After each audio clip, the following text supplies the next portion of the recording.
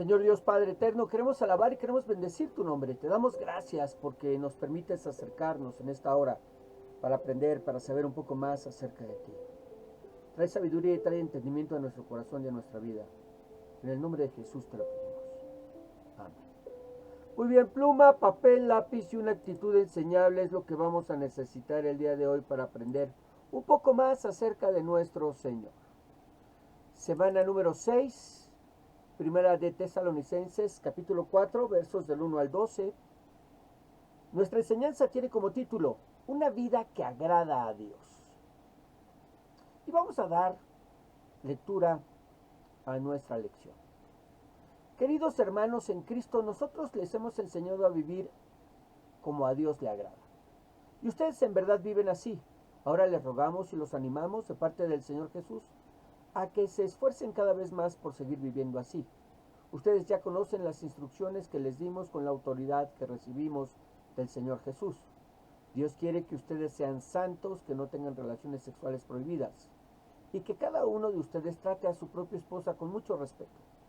Deben dominar sus malos deseos sexuales y no portarse como los que no creen en Dios. No deben engañar a los demás miembros de la iglesia ni aprovecharse de ellos. Ya les hemos advertido que el Señor castigará duramente a los que se comporten así. Porque Dios no nos ha llamado a seguir pecando, sino a vivir una vida santa. Por eso, el que rechaza esta enseñanza no nos está rechazando a nosotros, sino a Dios mismo, que les ha dado a ustedes su Espíritu Santo. No hace falta que les escriba acerca del amor que debe existir entre los miembros de la iglesia, pues Dios mismo les ha enseñado a amarse unos a otros. Así lo han hecho ustedes con todos los seguidores de Cristo en la región de Macedonia. Les rogamos entonces que se amen más y más. Traten de vivir tranquilos, ocúpense de sus propios asuntos y trabajen, como ya antes les hemos ordenado que lo hagan. De ese modo se ganarán el respeto de la gente que no confía en Dios y no tendrán que pedirle nada a nadie.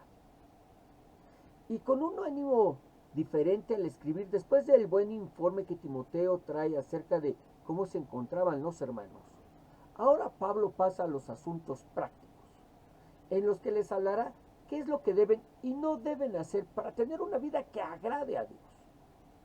Algo en lo que haríamos muy bien en prestar mucha atención, sabiendo que Dios no ha cambiado y que sigue esperando exactamente lo mismo de nosotros. Vamos a verlo. Primera de Tesalonicenses 4:1 que dice, queridos hermanos en Cristo, nosotros les hemos enseñado a vivir como a Dios le agrada. Y ustedes en verdad viven así. Ahora les rogamos y los animamos de parte del Señor Jesús a que se esfuercen cada vez más por seguir viviendo así. Hay una vida que Dios desea que vivamos y es menester de los ministros enseñarnos cuál es esta. Es decir, ¿cómo es que debo vivir para agradar a Dios? Esa es una pregunta que los pastores y maestros dentro de las iglesias deberíamos responder. Responder con las escrituras en la mano, para que la persona se convenza de que es Dios y no nosotros quienes les pedimos vivir de esta manera. Que es Dios quien desea que cambien su manera de vivir y de relacionarse con los demás. Pero sobre todo, necesitamos enseñar a través del ejemplo, es decir, de vivir los ministros de tal manera que seamos un referente y una fuente de inspiración para aquellos que se encuentran a nuestro alrededor.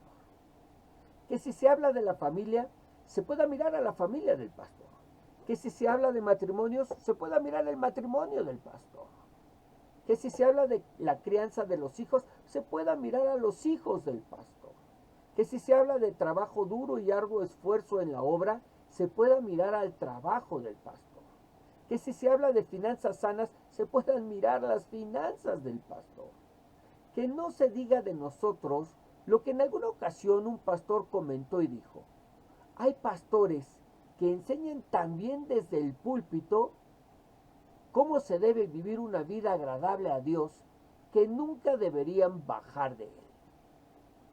Lo segundo que miramos es que el apóstol reconoce que la iglesia ya vivía de esa manera, pero les ruega, los anima y exhorta a que se esfuercen a no dejar de hacerlo y seguir viviendo como lo vienen haciendo. Lo que debería poner sobre la mesa dos cosas. La primera es darnos cuenta que es posible, cabe la posibilidad, que una persona se canse de vivir de tal manera que agrade a Dios. ¿Por qué? ¿Por qué nos tenemos que esforzar en hacer el bien y para hacer el mal?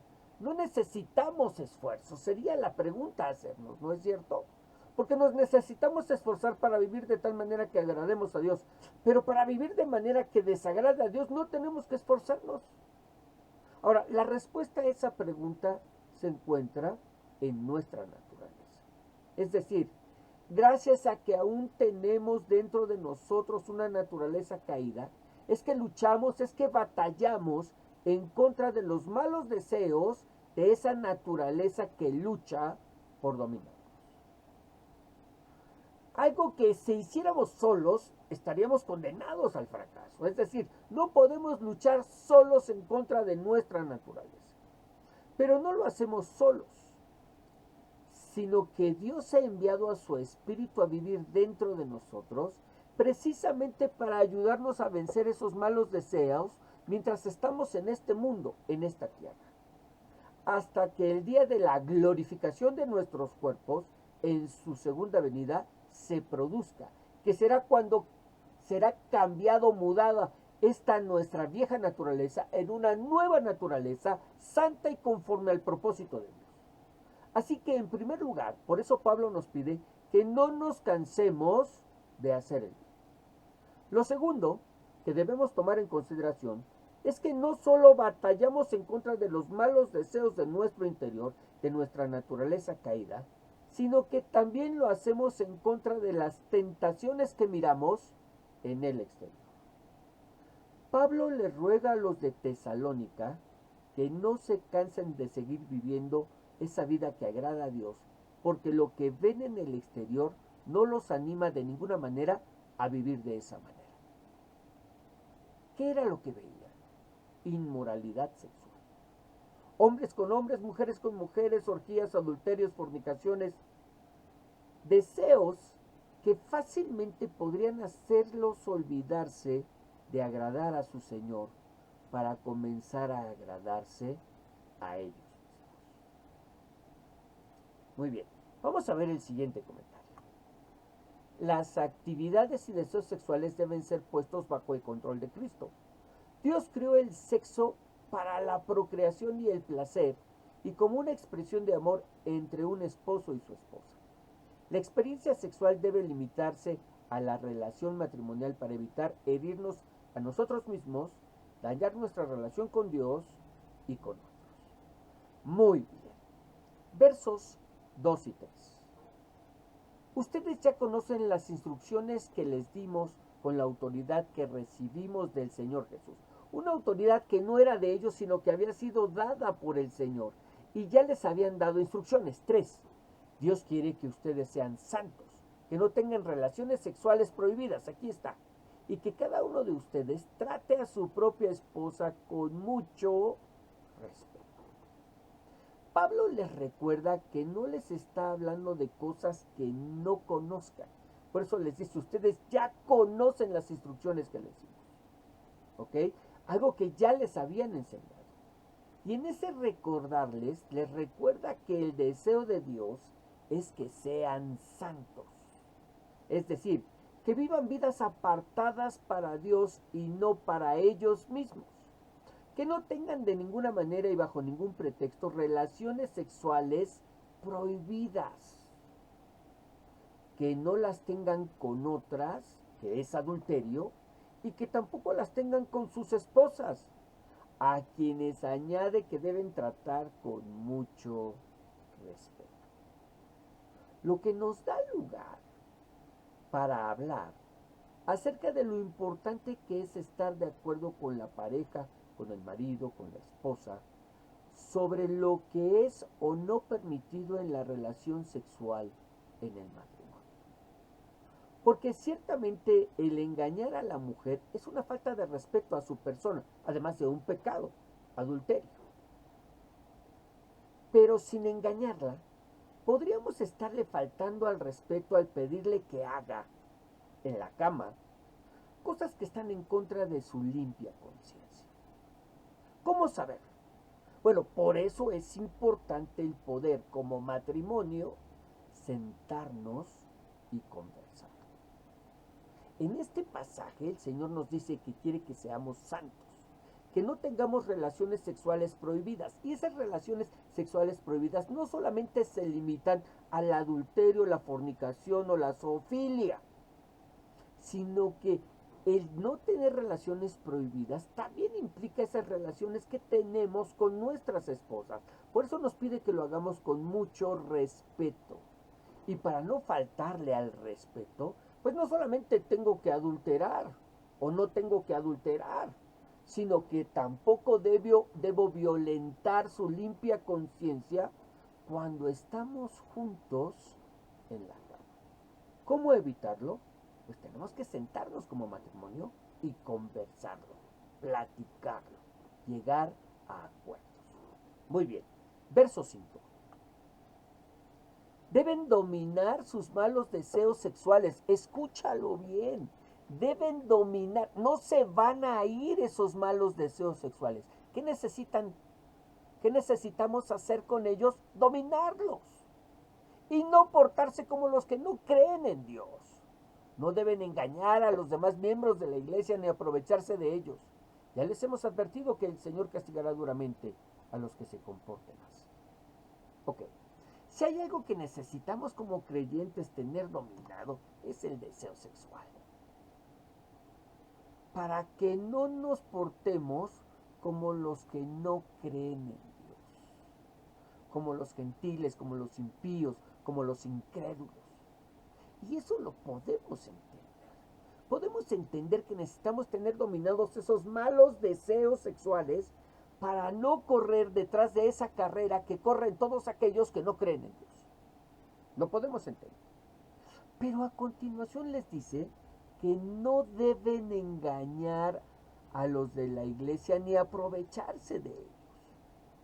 Lo que debería llevarnos a preguntarnos, ¿cómo es que podemos engañar y aprovecharnos de los hermanos de la iglesia a través de las relaciones sexuales prohibidas? Porque este es el tema. Este es el tema. Ok, la primera es quizás que al hacerlo, que al practicarlo, que al tener una mala relación sexual, lo ocultemos.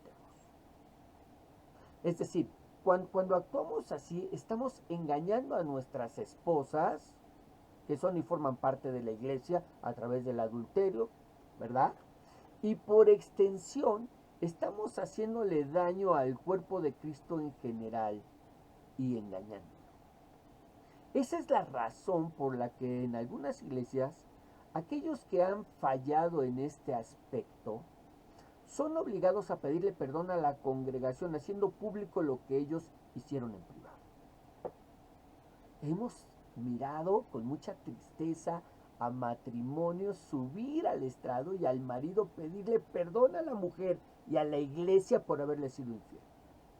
O hemos visto a la pareja de novios subir y pedirle perdón a la iglesia y entre ellos por haberse faltado y por haber caído en fornicación. ¿Por qué? Porque no solamente engañaron a sus esposas en el caso del adulterio o a sus futuras esposas en el caso de la fornicación, sino que también engañaron a la iglesia.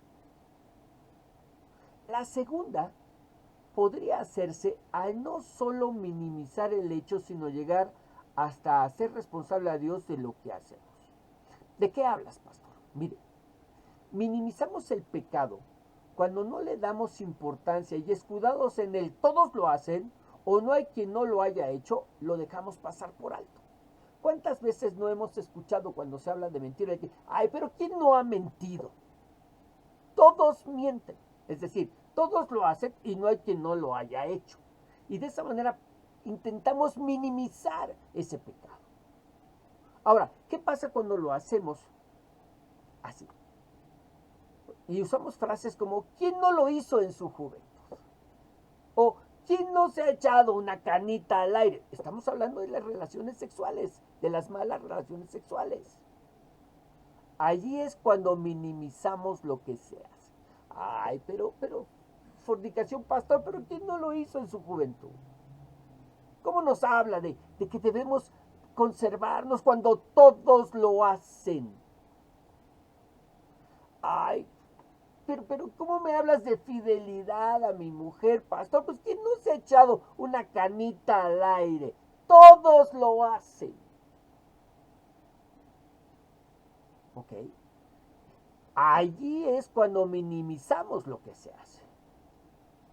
Pero podría ser peor, sí, peor aún, cuando hasta hacemos a Dios responsable y decimos, si Dios no quisiera que yo lo hiciera, pues no me hubiera puesto en este camino. Si ya me conoce, ¿para qué me incita? El niño alegre y le da sonaja. Y frases así, que lo único que hacen es pasar mi responsabilidad a Dios y hacerlo a Él ahora responsable de mi pecado. Algo que de ninguna, en verdad de ninguna manera podemos permitir. Algo que incluso no podemos tomar a la ligera. ¿Por qué? Porque hasta el día de hoy seguimos, por desgracia, mirando a más y más ministros cayendo en esas malas prácticas. Los vemos disculpando su pecado desde el púlpito, culpando a sus mujeres o al diablo de sus malas decisiones, engañando a la iglesia y aprovechándose de ella al señalar a otros y no asumir su responsabilidad. ¿Qué les dice Pablo? Prepárense, porque el Señor los castigará duramente. Dice verso 6, ya les hemos advertido que el Señor castigará duramente a los que se comporten así.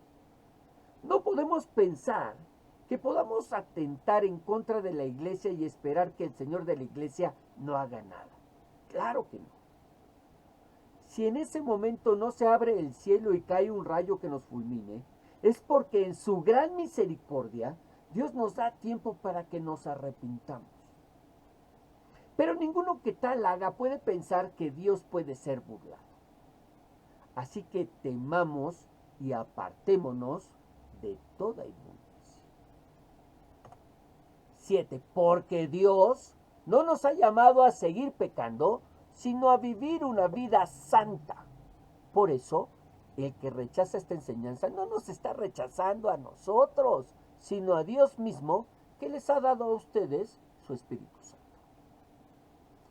Pablo nos recuerda a qué fuimos llamados.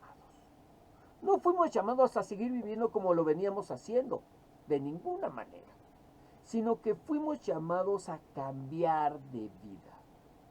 Fuimos llamados a vivir una vida santa. Ciertamente las cosas que hicimos antes de entregarle nuestras vidas al Señor han quedado atrás y han sido destruidas, escúchalo bien, destruidas por Él para no ser condenados por ellas. Pero fue un borrón y vida nueva. Fue un borrón y vida nueva. No nos rescató de esa perdida manera de vivir para que sigamos viviendo de manera perdida. Lo hizo para que mostremos a través de nuestra nueva vida cómo es que el poder de Dios transforma vidas, transforma maneras de pensar, transforma a la persona de tal manera que ya no es lo que antes fue. Pero el que rechaza esta enseñanza de vivir una vida santa, el que rechaza esta enseñanza, también rechaza al que es santo y nos llama. No nos rechaza a nosotros que somos los mensajeros, sino rechaza el mensaje y aquel a quien lo envió. Está rechazando a aquel que da, aquel que otorga, aquel que concede la vida eterna por medio de su espíritu. Dejando con su rechazo al descubierto o poniendo en evidencia al rechazar a Dios que Él no es parte de la iglesia, que no es parte de su familia, que no tiene vida eterna, que no es salvo, que aunque está entre nosotros, no es parte de nosotros y lo ha hecho evidente. Versos 9 y 10. No hace falta que les escriba acerca del amor que debe existir entre los miembros de la iglesia, pues Dios mismo les ha enseñado a amarse unos a otros. Así lo han hecho ustedes con todos los seguidores de Cristo en la región de Macedonia. Les rogamos entonces que se amen más y más. Para suavizar la exhortación, que es dura, Pablo pasa del amor eros, es decir, del amor sexual, del amor erótico, eros, a hablarles del amor filios, del amor entre hermanos. Y les dice que con relación a esa clase de amor, no necesitan ser exhortados, no hace falta que les escriba, dice él. Queda claro que se aman unos a otros dentro de la iglesia local. Y aún ese amor ha alcanzado a aquellos hermanos que no pertenecen a su iglesia local, pero sí a la iglesia universal de Cristo. Es decir, ellos aman con un amor tan grande que aman a los de su iglesia y aman también a los de otras iglesias. Una iglesia que ama a todo aquel que es de Cristo sin importar si se congrega o no con ellos. Así lo han hecho ustedes con todos los seguidores de Cristo en la región de Macedonia. Algo que el día de hoy nos hace falta en muchas de nuestras iglesias, donde amamos a los que se congregan con nosotros, pero donde miramos con recelo y desconfianza a aquellos que se congregan en otras iglesias. Como si el amor al que hemos sido llamados a dar pudiera centrarse en solo unos cuantos y no abarcara a todo el cuerpo. Quizás por eso les pide, les ruega que se amen más y más, para alcanzar a muchos más aún fuera de sus iglesias. Y yo tomaría esta exhortación de manera muy personal. Dios nos ruega que amemos más y más. Y que no solamente amemos a aquellos que se congregan con nosotros en nuestras iglesias. Y que no solamente procuremos no hablar mal de nuestros hermanos, aquellos que conocemos en nuestras iglesias, sino que ese amor se extienda a otras iglesias. Y que podamos amar aún a esos hermanos con los que quizás no compartimos algunos puntos doctrinales no esenciales, ¿verdad? Y que podamos amarlos de tal manera que podamos extender nuestro amor y podamos abrazarlos con el mismo amor con el que amamos a aquellos que tenemos cerca. Bien, verso 11. Traten de vivir tranquilos, ocúpense de sus propios asuntos y trabajen, como ya antes les hemos ordenado que lo hagan. Es decir, no es la primera vez que se hace esta exhortación a la iglesia. De ese modo, se ganarán el respeto de la gente que no confía en Dios y no tendrán que pedirle nada a nadie. ¿Qué es lo que todos, como creyentes, deberíamos procurar hacer? Vivir vidas tranquilas. Hoy en día está muy de moda el que la gente cree que hemos venido a este mundo a ser felices. Y que el propósito de nuestra vida es ser feliz. El hedonismo. El ser felices a costa de lo que sea, aún de Dios mismo, Sin embargo, el apóstol Pablo nos dice que todos como creyentes deberíamos procurar vivir vidas tranquilas. ¿Cómo? Vidas en las que estemos concentrados en nuestros propios asuntos, sin estarnos metiendo en las vidas y en los asuntos de los demás, sin andar de metiches, eso es lo que nos dice, y donde nos encontremos concentrados en algo. ¿En qué? En trabajar. Concentrados en lo nuestro, no en lo de otros, sino en lo nuestro, concentrados en trabajar. Haciéndolo de esta manera, nos dice que viviremos vidas honradas y las necesidades de nuestras casas serán menos, de tal manera que no tendremos que pedirle nada a nadie, pero además, de esa manera nos ganaremos el respeto de la gente que no confía en Dios, de los de afuera, de los que no conocen al Señor. ¿Y cómo compartirles del Evangelio si no nos respetan? ¿Cómo compartirles del Evangelio si miran en nosotros todo aquello que no quisieran nunca ver en sus hogares?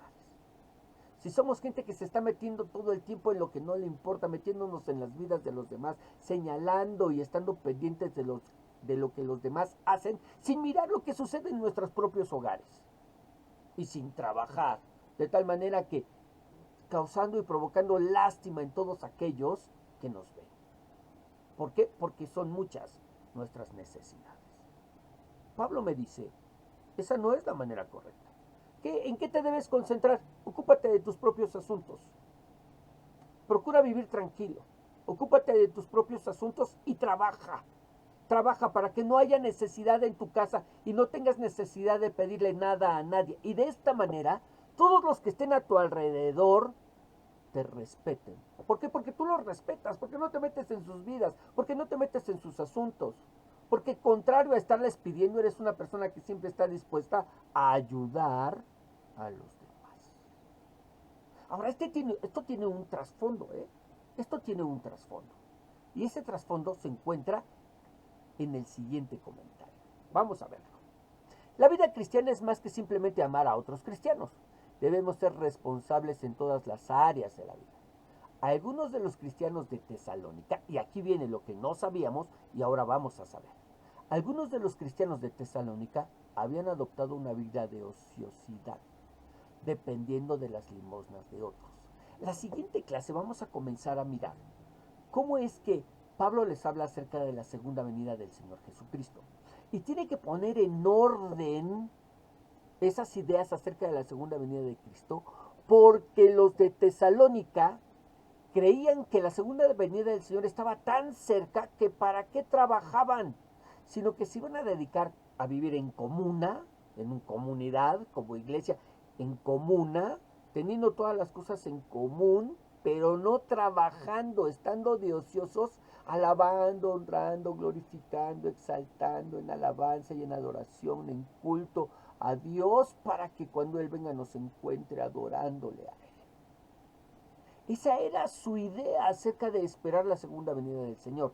Por eso Pablo tiene que hablar tan duramente con ellos y les tiene que decir, trabajen, trabajen. No, esperar a Dios no es un acto de ociosidad, es un acto de adoración interna que se manifiesta en nuestras vidas a través de lo que hacemos. Esperamos a Dios, sí, pero seguimos trabajando. ¿Ok? Por eso dice que habían adoptado una vida ociosa dependiendo de las limosnas de otros. Algunos griegos menospreciaban el trabajo manual, así que Pablo les dijo a los tesalonicenses que trabajaran duro y llevaran una vida sobria. ¿Ok? Por eso la exhortación. Continuamos con la lectura del comentario. Usted no puede ser efectivo en compartir su fe con otros si estos no lo respetan. Todo lo que haga, hágalo con fidelidad y sea una fuerza positiva en la sociedad. ¿Necesitamos el respeto de los demás? Sí, desgraciadamente sí. Necesitamos el respeto de los demás para ser escuchados. ¿Ok? Muy bien. Espero que haya quedado claro porque hasta aquí llegamos en nuestra lección de hoy. Así que vamos a orar.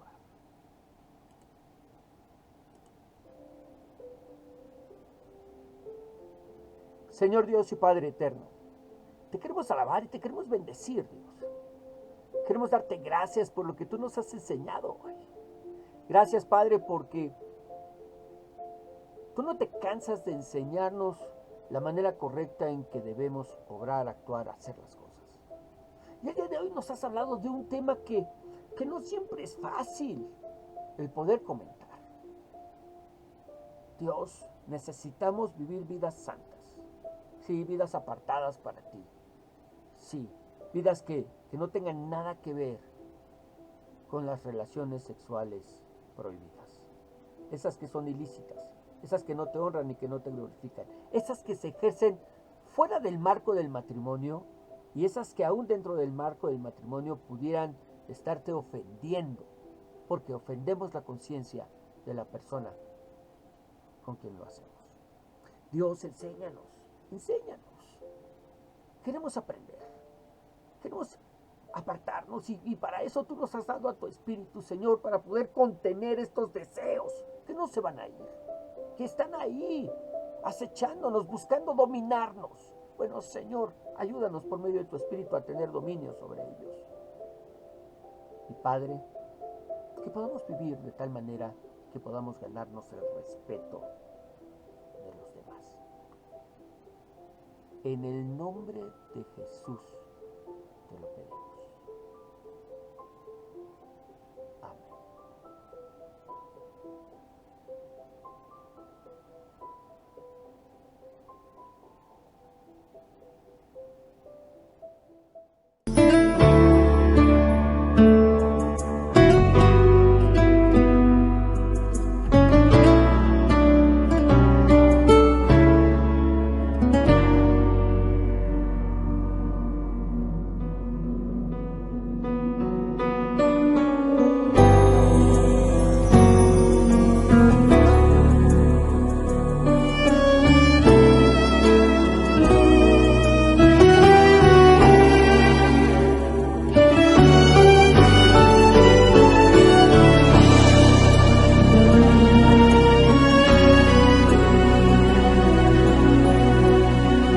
Amarte solo a ti, Señor. Amarte solo a ti, Señor. Amarte solo a ti, Señor. Y no mirar atrás.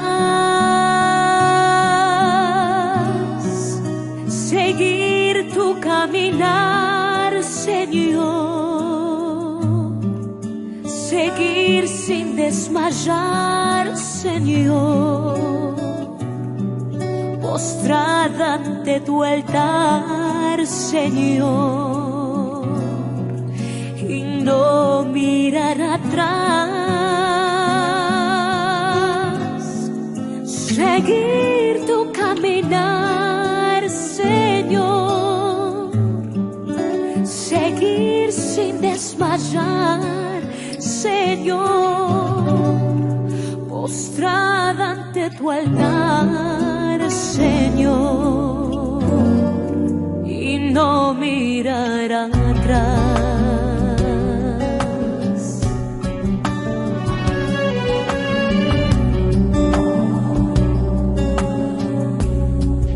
Amarte solo a ti, Señor.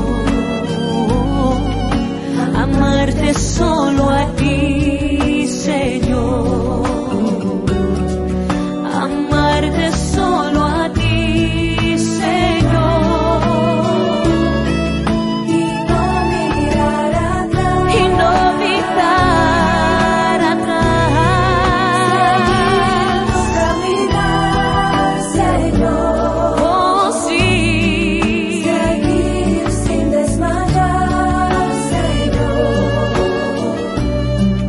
postrada ante tu altar, Señor, y no mirar atrás, seguir tu caminar, Señor, seguir sin desmayar, Señor, postrada ante tu altar, Señor, y no mirar atrás.